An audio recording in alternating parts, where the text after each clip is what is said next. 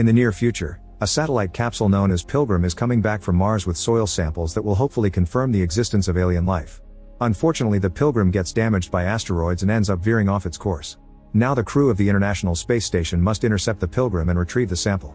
After helping Rory suit up for a spacewalk, the rest of the crew rushes to their places to help Rory navigate through the rescue. Rory floats outside to reach the station's mechanical arm and guides it to catch the Pilgrim, which suddenly comes at great speed and causes the whole station to shake when they make contact. For a moment the crew worries something went wrong, but Rory reveals he's successfully caught the Pilgrim. Afterward, paralytic astrobiologist Hugh carefully begins testing the sample and is pleased to discover an almost fossilized single-cell organism in the soil.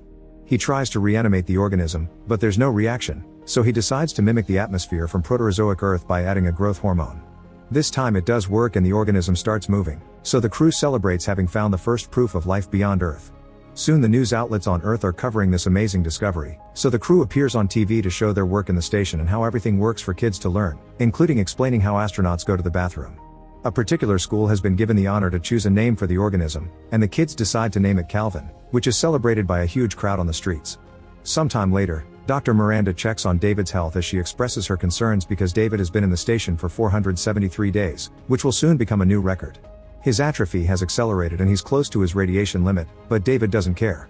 After having been in the military and fought in the war, David prefers to be up here where people aren't nasty to each other. The next day, Hugh discovers Calvin has grown very quickly and now it consists of hundreds of cells that are developing a neural network. Each of these cells can perform functions independently, which means each cell is simultaneously a muscle cell, a nerve cell, and a photoreceptive cell. Commander Cat describes Calvin as being all brain, all muscle, and all eyes. Hugh notices that Calvin is developing appendages, so he tries to make contact, which successfully causes the cells to move and take interesting shapes. Later, while the crew has dinner, Engineer Show gets to watch a live stream of his wife giving birth and meets his newborn daughter. The crew congratulates him and Cat gifts him a book so he can do story time through video calls. After dinner, David uses special software to check his body for any potential body problems, and Hugh checks on Calvin again. The little guy is small but has a proper body now and climbs Hugh's finger. A few weeks later, the crew is shocked to suddenly hear an alarm coming from the lab. Rory rushes inside and quickly takes care of the malfunction, but Miranda doesn't understand how it could happen. Hugh thinks he must have overseen something, so Rory and Miranda immediately scold him, reminding him to be careful because they don't know what they're dealing with. After a few more days pass, Calvin has become completely inactive, and they think it may have gone into hibernation after the change of air pressure caused by the malfunction. Miranda is relieved to see this because Calvin had been growing too fast for her liking. While Calvin is inactive, the crew uses the chance to reinforce the security in the lab, making sure it's sealed off at all times.